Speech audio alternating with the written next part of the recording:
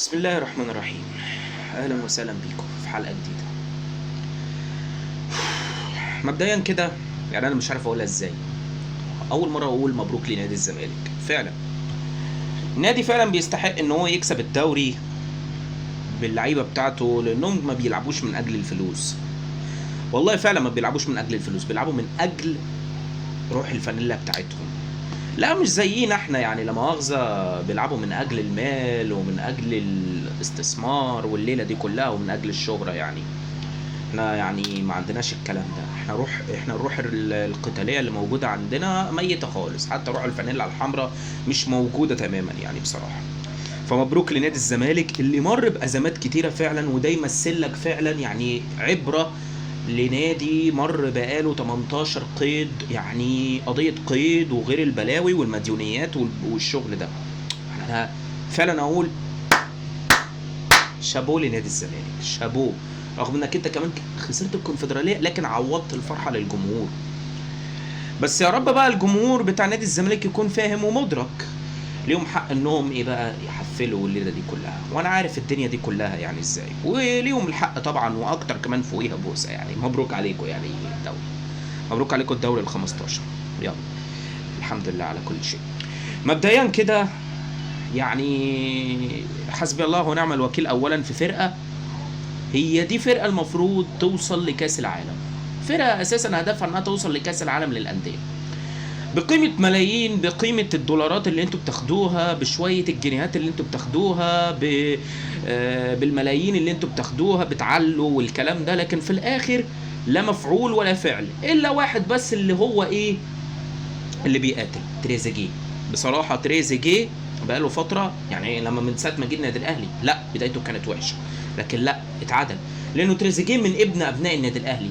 مش هتقول لي بقى ولا بن شرقي ولا زيزو ولا الناس دي بصراحة، يعني عشان بقية الفرق كلها مشبوهين يعني بمعنى الكلمة.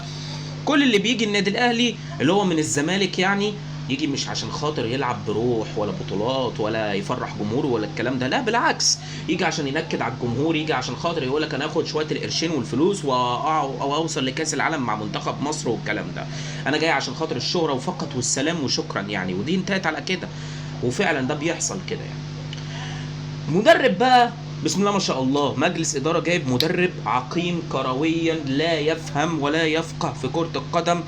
خلاص انا بدفع لك 30 بدفع لك بالدولارات وبالملايين، يعني بمعنى الكلمه فوق 400 مليون جنيه. يعني انت شايف ده اهدار ملعام، ويا ريته كان نافع على فكره، يا ريته كان نافع عشان اقول لك انه ده نافع ولا خططه كويسه. لا، تشكيلاته بخططه بلعبه بكله اساسا تمرر بصراحه. يعني مفيش خطه لعب بيها عدل الا ماتش الزمالك، اللي بصراحه انا شاكك ان هو ده مش اداء تورب، ما لعبش، ما عملش حاجه. يمكن ده بقى يكون مساعد المدرب ولا حاجه بصراحه يعني. لكن المصيبه بقى ان هو تورب بيقول لك ايه في مؤتمر، يقول لك انا عقدي موسمين وبعت الخطه للنادي الاهلي للموسم اللي جاي. موسم جاي ايه حضرتك يعني؟ معلش، انت مش كفايه ضيعت لنا الدوري ودوري الابطال؟ انا مش عارف بجد، انت عارف لو كملت والله موسم كمان هتخلينا ما نكسبش الكونفدراليه. انا مش مدرك ان احنا بقينا اول مره نروح الكونفدراليه بقالنا اكتر من 10 سنين. اخر مره من 2014 كسبناها قدام سيوي سبورتس، لما كنا بنقول على اسوأ فرقه كان عندنا تريزيجيه وكان عندنا مش عارف مين. تريزيجيه، عشان كده تريزيجيه كسب الكونفدراليه مع الاهلي، جه بقى عشان خاطر بقى ايه يرجع لنا سبرايز 2015. منكم لله، منكم لله يا لعيبه عالم، منكم لله المجلس الاداره، لاعضاء النادي الاهلي، لكلهم بلا استثناء، كله بالملي بالظبط يحاسب، من اول محمود الخطيب لسيد عبد الحفيظ لياسين منصور، لكل اللعيبه دي بالذات بلا استثناء. عقوبات على اللعيبه غليظه والكلام ده لا مفيش، انسى. لا انا سايبهم في العسل وفي الدلع. هتعمل ايه الفتره اللي جايه؟ خسرت الدوري، خسرت من دور الربع النهائي ولا النص النهائي، الدور الربع النهائي قدام الترجي. عارف يعني ايه قدام الترجي رايح جاي؟ خسرت 1-0 و3-2، ده انا خسرت على ملعبي كمان. يا نهار اسود يا جدعان، ده ايه الموسم الزفت ده؟ الحاجه الوحيده اللي انا طلعت بيها كاس السوبر، اللي هي الصفيحه، اللي هي ايه بقى، لا مؤاخذه، في ناس يقول لك احنا ما بنعترفش بالسوبر، في ناس يعني ما تعترفش بيها والكلام ده. لكن انا اقول لك اعمل ايه يعني بجد. انا مش مدرك ان احنا هنوصل لكونفدراليه والكلام ده، مش مدرك فيها. وانه بيراميدز يكون في دوري الابطال ماشي، هقول لك الزمالك ان هو يكون في دوري الابطال، لكن معقوله بيراميدز برضه سكوادها تستحق انها قويه، لكن احنا سكوادنا قوي لكن مفيش مفعول. عارف يعني ايه انك انت بتجيب حاجه بتعلقها زينه وملهاش لازمه او بتحطها في النيش؟ اهو ده بقى على لعيبه النادي الاهلي كلها، بتحطها في النيش كده زي الكوبايات كده، لما بتحطها ما تلمسهاش الا في المناسبات. بس منكم لله، من اول مجلس الاداره لتورب للعيبه كلها، لانكم انتوا كلكم عاله، منظومه فاشله، منظومه قذره، منظومه كلها قذاره القذاره، ولا عوضتوا ولا عملتوا اي حاجه. وفي المقابل مش عايز تمشي المدرب، قال لك لا نخليه يكمل عشان يجلط الجمهور اكتر، عشان نوصل للنادي الاهلي في المركز السادس والسابع، نضيع الدوري مره تانية كمان. ما احنا قدامنا كان فرص السنه دي، كنا قدامنا انبي لما تعادل مع الزمالك، لا خسرنا قدام بيراميدز 3-0. عارف يعني ايه تخسر قدام بيراميدز 3-0؟ غريبه الغرابه انك انت بتعمل كده، من غرايب الدوري اللي انت فيه. مدربين عمال تجيب مدرب وفي الاخر رميت. والله الله يرحم ايام جدي كولر، والله جدي كولر اللي احنا انتقدنا فيه عشان مستوى لعبه، وجاب لنا 2 دوري الابطال ومشيناه، وخسر لنا الثالثه قدام سان داونز، رغم ان سان داونز دي عقدتنا وكعبها عالي.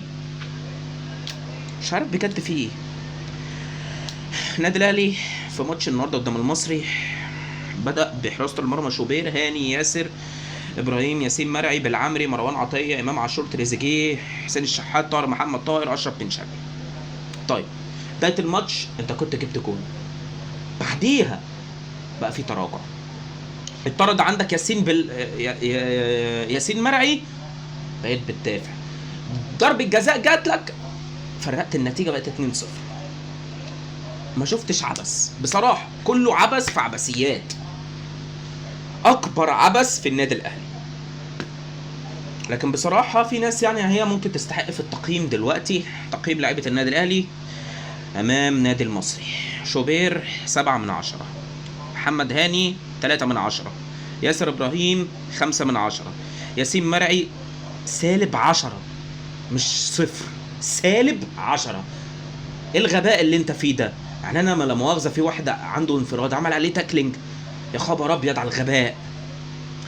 ياسين بالعمري 2/10، مروان عطيه 3/10، امام عاشور 4/10، تريزيجيه 8/10، ده المان اوف ذا ماتش يعني.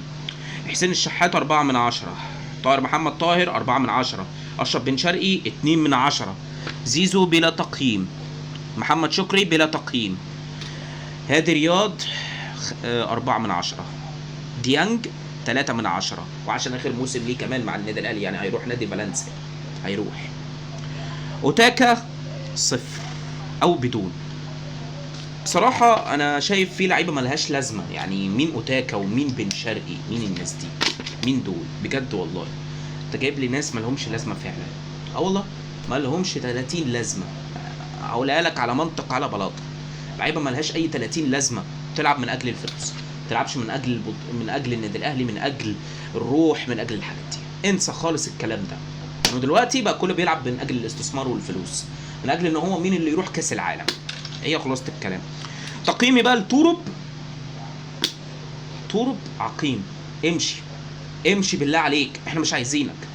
والله لو مجلس الاداره ما مشاش النادي الاهلي، ما مشاش اسمه ايه ده تورب، انا بقيت اتلخبطت والله بسببه، والله. كمان مره بقول لكم تورب يمشي حالا، خلاص الموسم بتاعك خلص، ادفعوا له الشرط الجزائي اللي علينا، نخلص منه ونجيب بقى مدرب. ويا ريت بقى انه يكون في مجلس اداره عدل يدرس السي في الخاص بالمدرب وانجازاته وطريقه لعبه، وان هو شخصيته ايه. انت محتاج راجل، محتاج مدرب شخصيته شخصيه عنيفه، شخصيه قويه عنيفه على اللعيبه، ذكاء تكتيكي مش عك.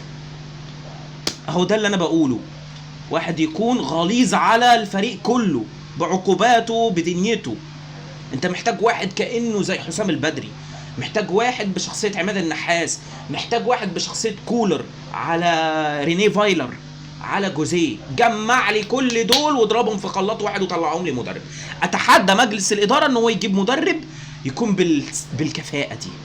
اتحدى مجلس اداره النادي الاهلي اذا عايز يصالح الجمهور، مجلس الاداره اذا عايز يصالح الجمهور جيب مدرب وابدا موسم جديد بصفقات جديده بصفقات نظيفه بالدنيا دي كلها. لكن انما اجيب لعيبه صفقات كيد من الزمالك والشغل ده، لا يا حبيبي ملهاش لازمه. اديك انت شفت، جبت زيزو، جبت بن شرقي، في الاخر ضيعنا الدوري، وفي الاخر جت علينا احنا، انقلب السحر على الساحر. جبت انت لعيبه الزمالك، ناقص كمان تجيب جوزيه جوميز، اصله في تلميحات تقول لك جوزيه جوميز رايح الاهلي، ناقص كمان هي والله ناقص كمان نقلب احنا الزمالك برضو كمان ان احنا نتعثر ونقع. ما احنا خلاص قلبنا، ما عندنا لعيبه من بعض الزمالك يعني، امام عاشور امام كويس يعني بصراحه، بس هو بقى ايه، في شويه مشاكل وممكن الراجل يمشي كمان يعني، على فكره ممكن يمشي كمان والله بجد. انا جايب المسطره دي بجد والله عشان اقيس كل واحد فيكم بمستواه. كان مستوى النادي الاهلي بالصوره بدايته فوق، صوره من الملعب سالب تحت مستواكو زفت خالص. اللي مش مسؤول عن روح النادي ده او التيشيرت ده، يعني اللي مش هيلعب بمعنى الكلمه او يسترجل، ما يلعبش في النادي الاهلي.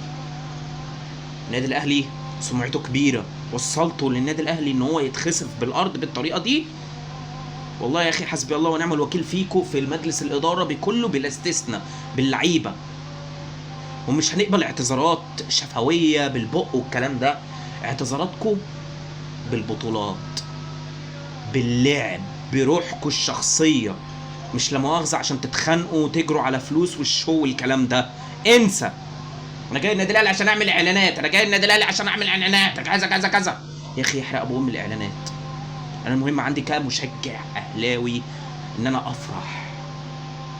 انت عدمت عني الفرح خالص، ده انت نكدت عليا في العيد، نكدت عليا في كل مناسبه، في رمضان ذنوب قضيتها ذنوب، وفي العيد لا انا مستني العيديه، لا خدت، مفيش عيديات خالص، انا جاي اكفرك. ما واضحه كده. اتمنى من مجلس اداره النادي الاهلي يمشي، لانكم انتوا مش قد المسؤوليه تماما. اتمنى مجلس اداره يكون عدل، يعرف ويفوق. خلاص وقعنا، تبدا بقى من اول الموسم بصفحه جديده. مش هكرر نفس الغلطه، ما بكررش الغلطه انا بس. وحسبي الله ونعم الوكيل في كل المنظومه دي، من اول مجلس الاداره للمدرب للعيبه لكله. ملكوش شكر، محدش ليه شكر ابدا، ولا هشكر حد ولا اي حد، مفيش حد هيتشكر له خالص. كلكم لمؤاخذه انتقاد انتقاد انتقاد. ولو يصح لكم انكم انتوا تتضربوا بالصرم ده حلال فيكم، عشان وصلتوا النادي الاهلي، وصلتوا في اللي احنا بنشجعه انه يتخسف بالارض، وشمتوا فينا الناس التانية. بس اشوفكم على خير ان شاء الله، ونتمنى نبدأ موسم نظيف. يلا سلام.